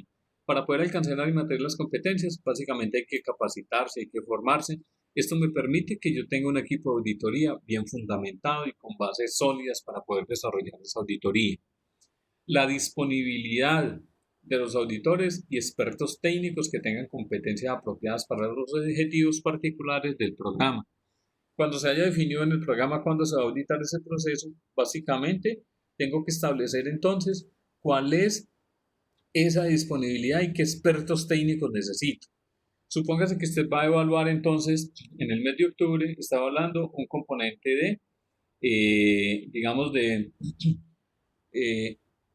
ensamble de vehículos, pero resulta que usted no conoce de robótica para evaluar los estándares con los cuales fueron establecidos ese ensamblaje de ese vehículo. Usted debe contar que para ese mes de septiembre o octubre, donde tiene programada la auditoría, pues tenga el experto técnico con conocimiento en robótica, que le garantice que usted esa evaluación sí la hace con todos los componentes claros de eso y que sí cumple con la característica de un experto técnico, la amplitud del programa de auditoría y el tiempo de viaje, alojamiento y otras necesidades de auditoría, cuando requieran entonces viajar a otros sedes dentro de eso. Procedimientos del programa. Esos procedimientos del programa deben de tratar lo siguiente: la planificación y elaboración de los calendarios de las auditorías, es decir, de todo el programa, de todos los procesos que voy a auditar, cómo los voy a coordinar y cómo tengo que darle prioridad dentro de todo esto. El aseguramiento de la competencia de los auditores y los líderes de los equipos auditores. Entonces hablamos de las competencias. ¿Cómo garantizan las competencias? Pues con las capacitaciones. Entonces usted va a evaluar un proceso robotizado, pero usted puede tener con anticipación una formación. Quiere decir que le va a dar mucho valor agregado al proceso. Entonces usted realizó su capacitación en enero y febrero para poder realizar ese tipo de auditoría en noviembre. Eso le garantiza que usted ya va preparado y que cumple con esas características. La selección de los equipos o los auditores apropiados y la asignación de las funciones y responsabilidades. La realización de esas auditorías, la realización del seguimiento de la auditoría si es aplicable, la conservación de los registros del programa de auditoría. Esto tiene que ver entonces con, qué fue lo que programamos el año pasado, es decir, qué registros tengo y evidencias de esto. Y el seguimiento del desempeño y eficacia del programa de auditoría, si cumplimos con lo que era, si realmente si abarcamos todo el componente y la comunicación de los logros globales del programa de auditoría a la alta dirección. Esos logros globales es, bueno, tengo que tener definidos unos indicadores que me garanticen que realmente cumplí con esos componentes a los cuales habíamos definido. La implementación del programa básicamente debe de tratar lo siguiente. Primero, la comunicación del programa de auditoría a las partes pertinentes. Es decir, usted generó todo el programa de auditoría para 2 años. Ese programa de auditoría para 2 años impacta unas áreas o unos procesos. Quiere decir que usted le debe comunicar a esos procesos que están dentro del programa de auditoría y que se ejecutarán en estos periodos. Es decir, que los dueños de procesos o los altos directivos deberán conocer realmente cómo se va a desarrollar ese programa. Además, porque ese programa va autorizado por las altas directivas o las gerencias o los socios básicamente. La coordinación y elaboración del calendario de las auditorías y otras actividades relativas al programa de auditoría. El establecimiento y mantenimiento de un proceso de evaluación de los auditores y su continuo desarrollo profesional. Les tengo que tener presente también esto, venga, ¿cómo le vamos a hacer mantenimiento a estos profesionales que tengo? Pues tenemos un contador, tenemos un ingeniero industrial y un ingeniero de sistema. ¿Cómo hacemos para que estos señores se mantengan actualizados para cada uno de los procesos que vamos a auditar? Pues tengo que validar entonces qué es lo que me le hace falta de competencia a cada auditor para poder establecer qué capacitación es necesaria. Asegúrese de la selección de los equipos auditores, la provisión de los recursos necesarios, es decir, habíamos dicho entonces dinero para transportarse, alojamiento, elementos de protección personal y otros elementos que deben de tener presente. Asegurarse de la realización de auditoría de acuerdo con el programa de auditoría, asegurarse del control de los registros de las actividades de auditoría y asegurarse de la revisión y aprobación de los informes de auditoría y asegurarse de su distribución al cliente de la auditoría y a otras partes interesadas y asegurarse del seguimiento de la auditoría si es aplicable. ¿Qué registros debe tener ese programa? El programa debe tener el plan de la auditoría, el informe de la auditoría y los informes de las conformidades. Estos 3 componentes son fundamentales entonces para el programa, además de los informes de acciones correctivas y preventivas y el informe de seguimiento de la auditoría. Ese informe de seguimiento, cuando yo realizo entonces una auditoría, tengo el programa, tengo la planificación, ejecuté la auditoría y en esa auditoría el informe final me salieron unos componentes que el dueño del proceso o el proceso los tiene que mejorar, esos planes de acción hay que hacerles seguimientos hasta que se cierren. Yo lo único que hago como auditor es hacerles ese seguimiento, no hago el cierre de la auditoría. Debo tener presente entonces la revisión del programa y los registros relacionados con el personal de auditoría que traten aspectos como ¿qué? Competencias del auditor, selección del equipo auditor y mantenimiento y mejora de las competencias. ¿Qué se hace entonces para el seguimiento y la revisión del programa? Entonces, tienen que utilizarse indicadores, ya habíamos dicho. ¿Qué es un indicador? Es un componente numérico que se debe calcular y que me tiene que evidenciar básicamente si puedo cumplir o no con esas características. Y ese indicador debe ser medible. ¿Por qué tiene que ser medible? Pues que en los elementos que no se miden, pues yo no puedo definitivamente definir si son buenos o malos. Entonces, debe tener, para el seguimiento, debe tener características como que la actitud de los equipos para poder implementar ese plan, la conformidad de los programas y el calendario, y la retroalimentación a los clientes de auditoría, a los auditados y a los auditores. Esa retroalimentación se da en 2 fases. Una es entonces cuando usted desarrolla la auditoría como tal, y la retroalimentación se da básicamente ¿con qué? Pues con la presentación del informe que usted entrega. Esa es la retroalimentación de lo que usted revisó. Pero ¿cómo me retroalimentan los auditados? Pues básicamente lo que hace el auditado es realizar como una calificación de esa auditoría y el auditor para poder validar realmente cómo es eso. Cuando yo tengo los 2 componentes, ya puedo tener una retroalimentación clara de ambas partes. La revisión del programa de auditoría debe considerar, por ejemplo, los resultados y las tendencias del seguimiento, la conformidad de los procedimientos, las necesidades y expectativas cambiantes de las partes interesadas, los registros del programa de auditoría, las prácticas de auditoría alternativas o nuevas y la coherencia en el desempeño de los equipos auditores y situaciones similares.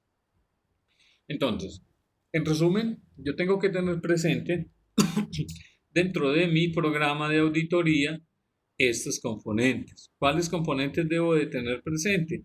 Debo de tener presente entonces el objetivo y la amplitud, las responsabilidades, qué recursos necesitamos y cuáles son los criterios que voy a utilizar. Cuando ya la implemento o la tengo en ejecución, tengo que hacer esa elaboración del calendario para poder garantizar en qué fecha nos vamos a reunir. Tengo que tener los auditores evaluados, selecciono ese equipo y ejecuto todas las actividades de la auditoría y conservo esos registros. Y para el seguimiento, pues básicamente hago un seguimiento y una revisión, identifico la necesidad de las acciones correctivas y preventivas y cuáles son los componentes de mejora. Hasta ahí estaríamos entonces hablando del numeral 5, que es el del programa. Y el numeral 6 me habla sobre las actividades de la auditoría. ¿Hay alguna pregunta hasta allí? Sí, yo. Cuénteme. Cuando, digamos, en la empresa hacen auditoría cada año y Sí. resulta que cada año siempre sale como el mismo hallazgo, ¿ahí qué pasa? Pues, como cuál es el paso a seguir. Venga, digamos, ya llevamos 3 años auditando a tal persona y siempre le salen así sea un solo hallazgo, pero es continuo, pues, en cada auditoría.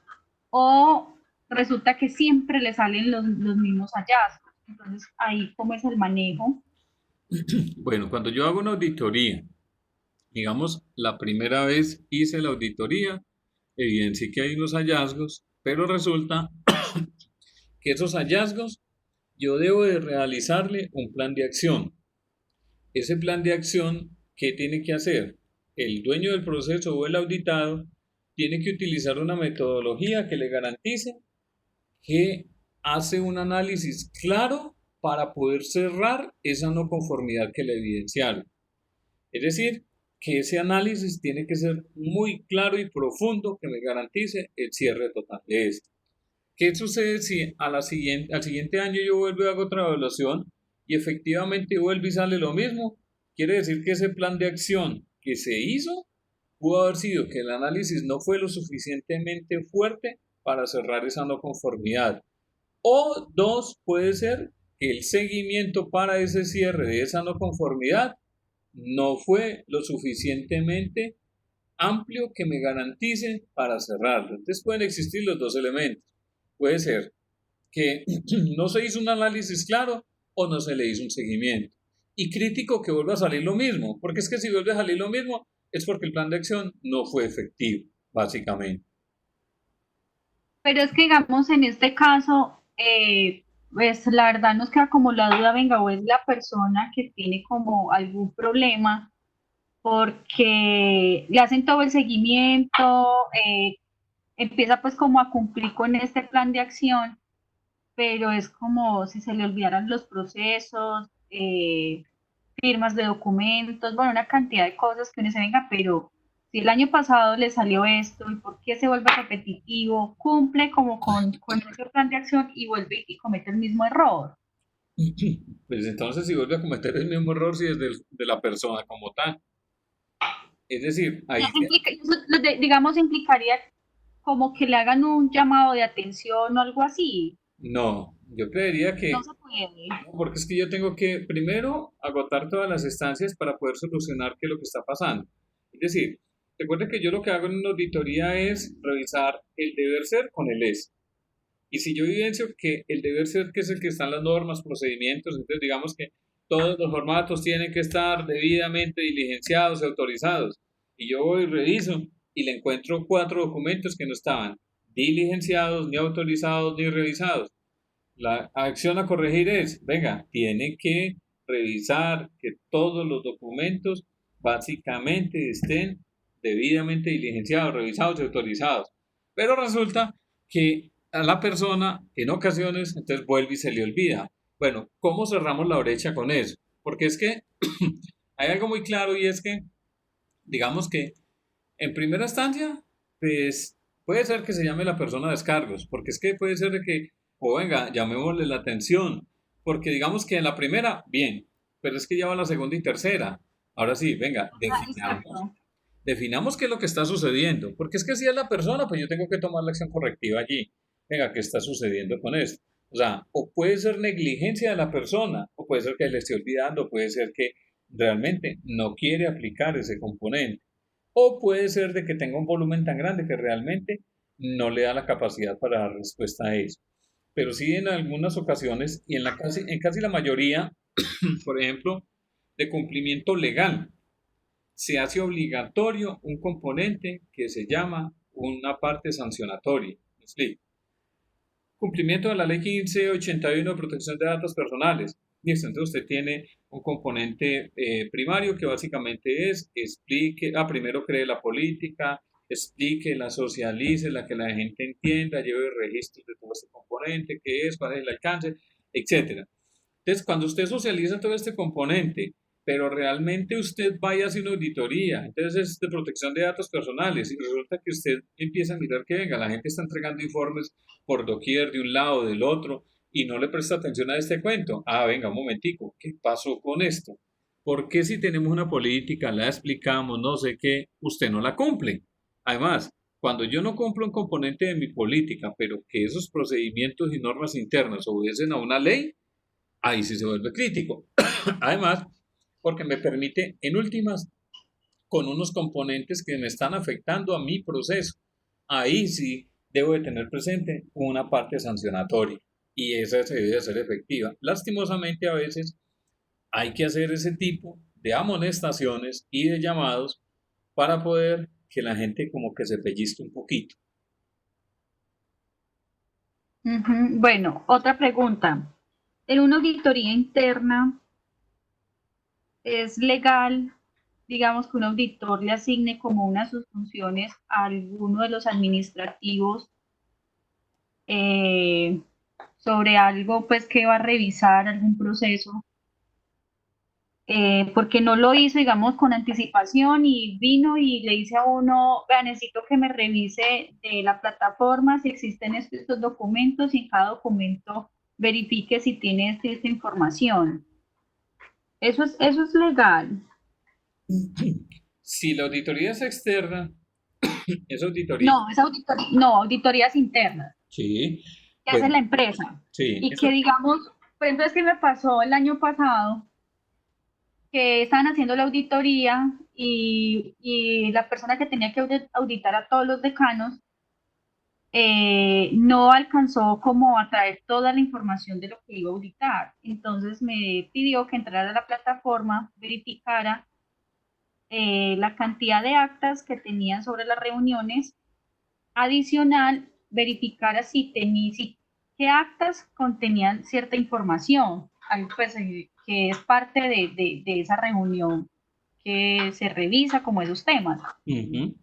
Y yo me sentía como que, venga, pero son mis jefes, es como si yo le estuviera enterrando el puñal a mis propios jefes, le estuviera delatando, mire, ellos no hicieron la tarea, no las montaron, no hablaron sobre este tema. Yo decía, venga, pues creería que ellos debieron de haber realizado su trabajo antes de venir acá a la sede a auditar. Sí, claro. Entonces me quedó como la duda, venga, esto sí es legal, porque claro, ellos se quedaron así como que, venga, ¿y usted por qué está haciendo eso? Uh-huh. A ver. Y la auditora, claro, me llamaba y me dijo, venga, es que usted me dijo que en el acta tal, no sé qué, sí decía tal información, y yo me quedé así como que, sí. Y entonces ella ya entraba y iba específicamente, es que necesito revisar esta acta porque usted colocó esto y esto, revisemos. Entonces, la verdad me sentí como incómoda porque me sentía delatando a mis jefes. Sí, claro. Me gustaría saber si eso es legal o no. Recuerde que todos los componentes para el desarrollo de la auditoría se tienen que definir en el programa y más claramente se tienen que definir en la planificación. Es decir, la planificación, que es este numeral 6, que son las actividades de la auditoría, el auditor tiene que especificar a nivel detallado cuáles son las actividades que él va a realizar. Entonces me explico.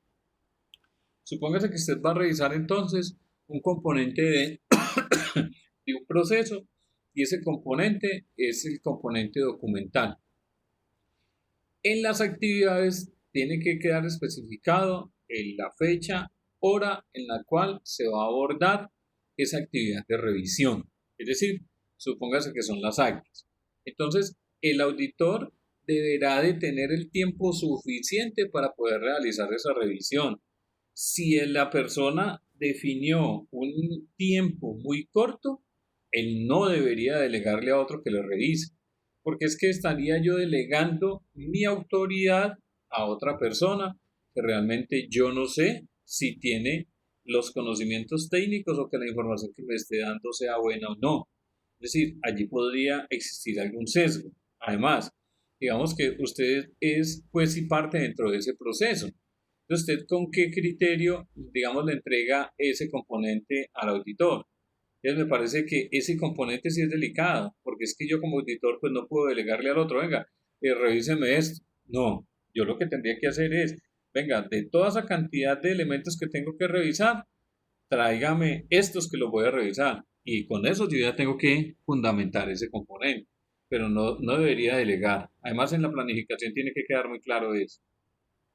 Inclusive, uno como auditado también podría ejercer ese componente de gestión en algún momento, venga, pero es que yo no puedo ser juez y parte. Es decir, pues yo te voy a revisar yo con yo, te voy a revisar el proceso que yo reviso o el proceso que revisa mi jefe, pues no lo veo como muy congruente dentro de todo esto. ¿Dónde está la independencia? Y por eso de la auditoría se habla de independencia para poder tener una objetividad clara dentro de eso. Y eso podía haber quedado como en una observación cuando hacen el cierre Sí, claro, de la sí, auditoría. sí, claro. Entonces, Oh, yo no sé si de pronto recuerdan, hace algunos años, un director de medicina legal, devolviéndonos de pronto un poquito. Resulta que a una secretaria, y creo que esa secretaria dependía de él, le dijeron, venga, necesitamos todos los títulos profesionales de los jefes, de cada uno de los jefes que ustedes tienen. Y efectivamente esta secretaria pues llamó a la parte donde se había profesionalizado y donde había optado el título de profesional en ciencias forenses ese director. Y efectivamente ya le dijeron, no, ese señor aquí nunca estudió. Venga, pero es que tenemos un acta de grado. Llamaron allá, validaron y le dijeron, no, ese señor no se graduó de aquí, de esa universidad. Crítico dentro de ese componente, porque además el hombre había ejercido ya unos conceptos técnicos de unas decisiones si realmente la persona era o no, o los elementos o criterios de que determinar si esa persona tenía problemas mentales o no. Entonces, cuando ejercen ese tipo de autoridades y ese tipo de decisiones, se vuelve complejo. En los programas y en estas actividades de auditoría, cuando se definen, inclusive no se deben cambiar. Porque es que yo lo que hago es un programa. Entonces yo dije, venga, el siguiente año vamos a auditar, digamos, una sede. Vamos a auditar la sede de Risaralda. Y en la planificación, entonces vamos a auditar el proceso de gestión documental que soporta ese proceso. Y esas actividades que vamos a revisar es revisión del sitio de la documentación del proceso, ¿sí? Vamos a revisar el procedimiento documentado, vamos a hacer una entrevista. Esos elementos que hay ahí tienen que quedar tan claros que la gente entienda realmente hasta dónde va a salir ese alcance para poder determinar claramente cuáles son las responsabilidades. Y sí debería haber quedado como en una observación, creería.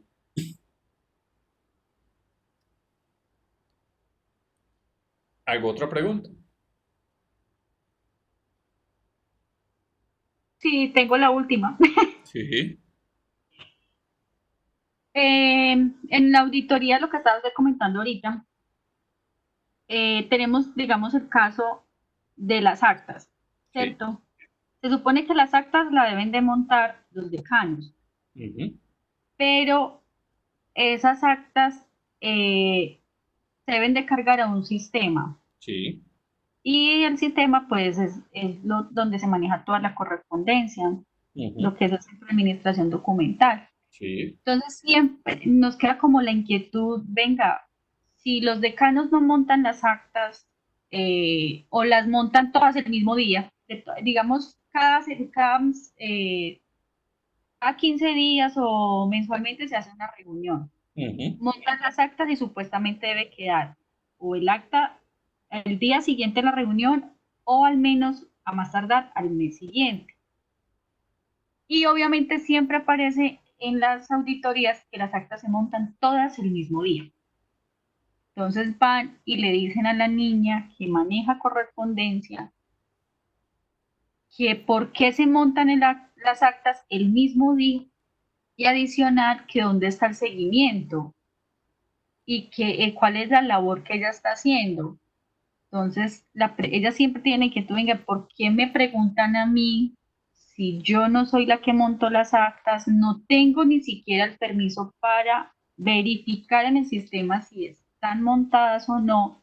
Adicional, si están guardadas dentro de la carpeta que le corresponde esa acta y le sale la incidencia a ella. Y ella no es la responsable de eso.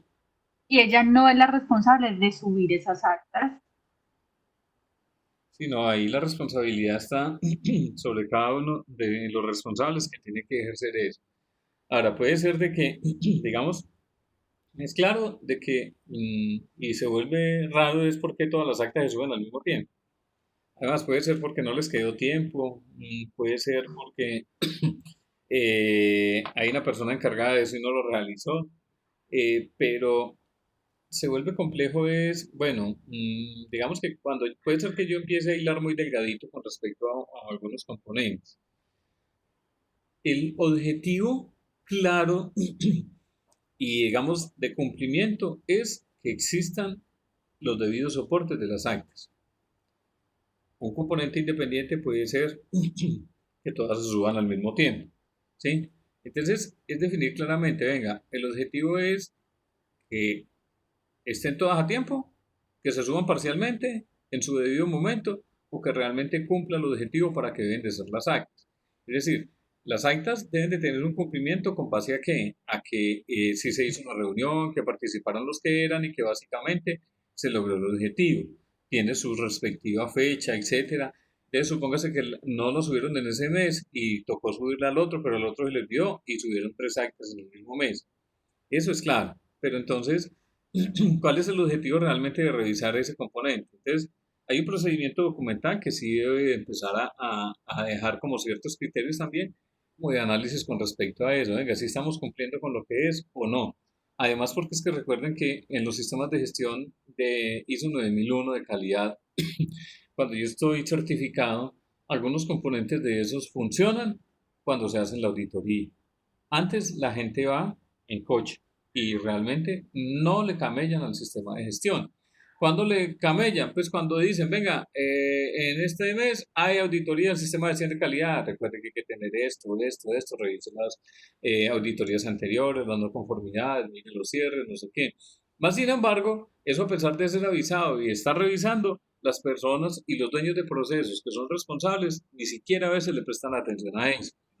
Entonces, empiezan a correr a última hora con todo ese elemento. Venga, Julianito, si tiene esto, no tiene esto. Entonces, en muchas ocasiones uno pensaría que el sistema de gestión debe de ser muy interiorizado, que le garantice que realmente usted lo debe de intentar entrar dentro del componente laboral suyo para que no tenga esos problemas. Porque es que si no va a ser solamente un sistema de gestión para un momento. ¿Y cuál es el momento? Cuando hay una auditoría. Sí, realmente así funciona. Sí, entonces, Ya ver la auditoría es que empezamos todos a subir las actas. sí, Ya empiezan los jefes a devolverle uno las actas diciéndole, sí, mire, ya está revisada, móntela, ya le hice las correcciones, móntela. no, Y así. y uno ve en unas empresas algo más crítico, por ejemplo, venga, ¿y por qué están lavando y limpiando aquello? Ah, es que hay auditoría. Ah, hijo de pucha, ¿cómo así? ¿Y quién viene? ¿Y de dónde viene? Entonces empiezan a estresar a la gente. ¡Ja! Y van a preguntar sobre visión y principios y valores de la compañía y tienen que aprendérselo porque le pueden preguntar a cualquiera. Entonces termina toda la gente paniqueada con ese cuento y entonces lea y lea con el papelito, no sé qué. No, eso debería de ser como de una forma tan natural que tiene que estar inmersa dentro del desarrollo de las actividades propias. Pero nuestra cultura no es así. Nuestra cultura es sobre el control y sobre la ejecución de esa actividad, que es lo más crítico dentro de eso.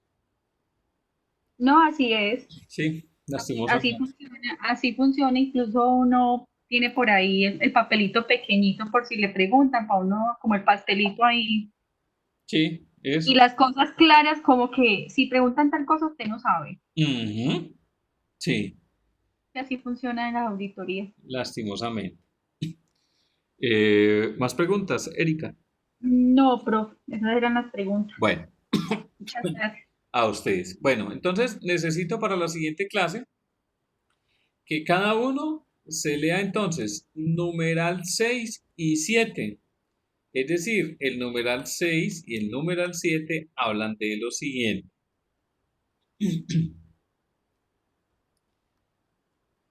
Numeral 6 habla sobre las actividades de la auditoría, habla sobre las generalidades, el inicio, la revisión, preparación, realización de esas actividades, preparación, aprobación y distribución del informe, finalización de la auditoría y realización de las actividades de seguimiento. Y el 7 habla sobre las competencias y evaluación de los auditores, las generalidades, los atributos, los conocimientos, la educación, mantenimiento y la evaluación del auditor. Necesito que nos leamos esos dos numerales completos. Y para la siguiente clase, entonces, socializamos. Cada uno me cuenta qué fue lo más importante que había sobre cada numeral de esos. ¿Listos?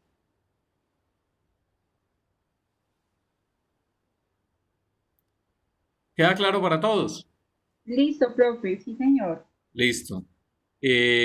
Por hoy vamos a dejar allí. Son ustedes muy formales. Muchas gracias. Feliz fin de semana. Cuídense mucho. Listo, profe, muchas gracias. Igual.